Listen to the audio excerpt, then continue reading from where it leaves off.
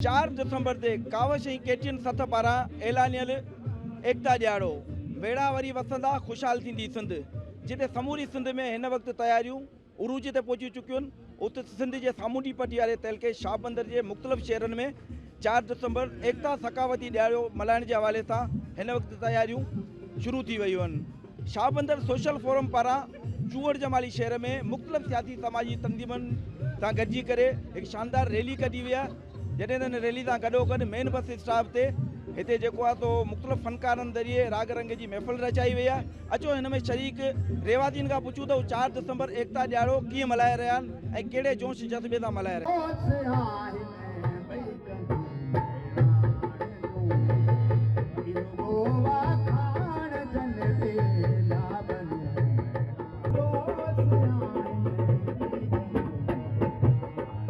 अजरक वेढ़े कुल्हन के सिंधी टोपी पाए,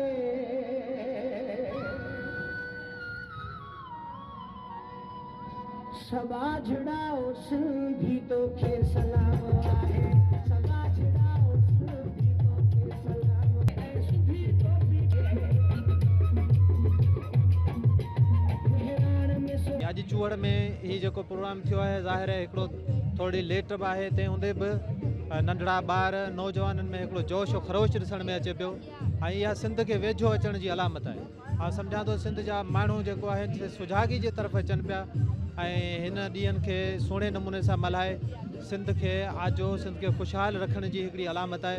मूंखे अहिड़ा ॾींहं ॾिसण खां पोयां हिकिड़ी उमेद जाॻे थी। हिन वक़्तु सिंध जेका असां ॿोॾ ऐं तबाहकारी ऐं बर्बादी जो मंज़र पई ॾिए, पर उते कावश ऐं केटियन वारनि जेको ही सिंधी माण्हुनि खे हिकिड़ो ख़ुशी मुहैया करण जे लाइ उन्हनि जा ग़म मिटाइण जे लाइ जेको प्रोग्राम ऑर्गेनाइज़ कयो आहे, ऐलान कयो आहे, असां इन जे लाइ उनखे सलाम था पेश करियूं।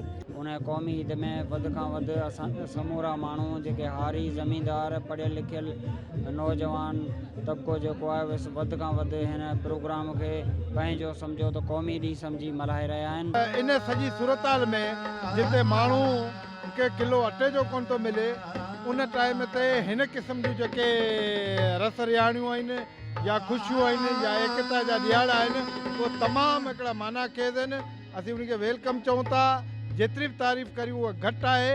हिननि रेवासीन जो उहो अज़म वरजायो आहे त 4 दिसंबर एकता ॾियारो असांजी क़ौमी सकाफ़ती ईद जो ॾियारो आहे। असीं हर साल जीअं हिन खे भरपूर नमूने सां मल्हाईंदासीं। कैमरामैन वसीम आबाद सां गॾु मुस्तफ़ा मेमन, KTN न्यूज़ चूअड़ जमाली।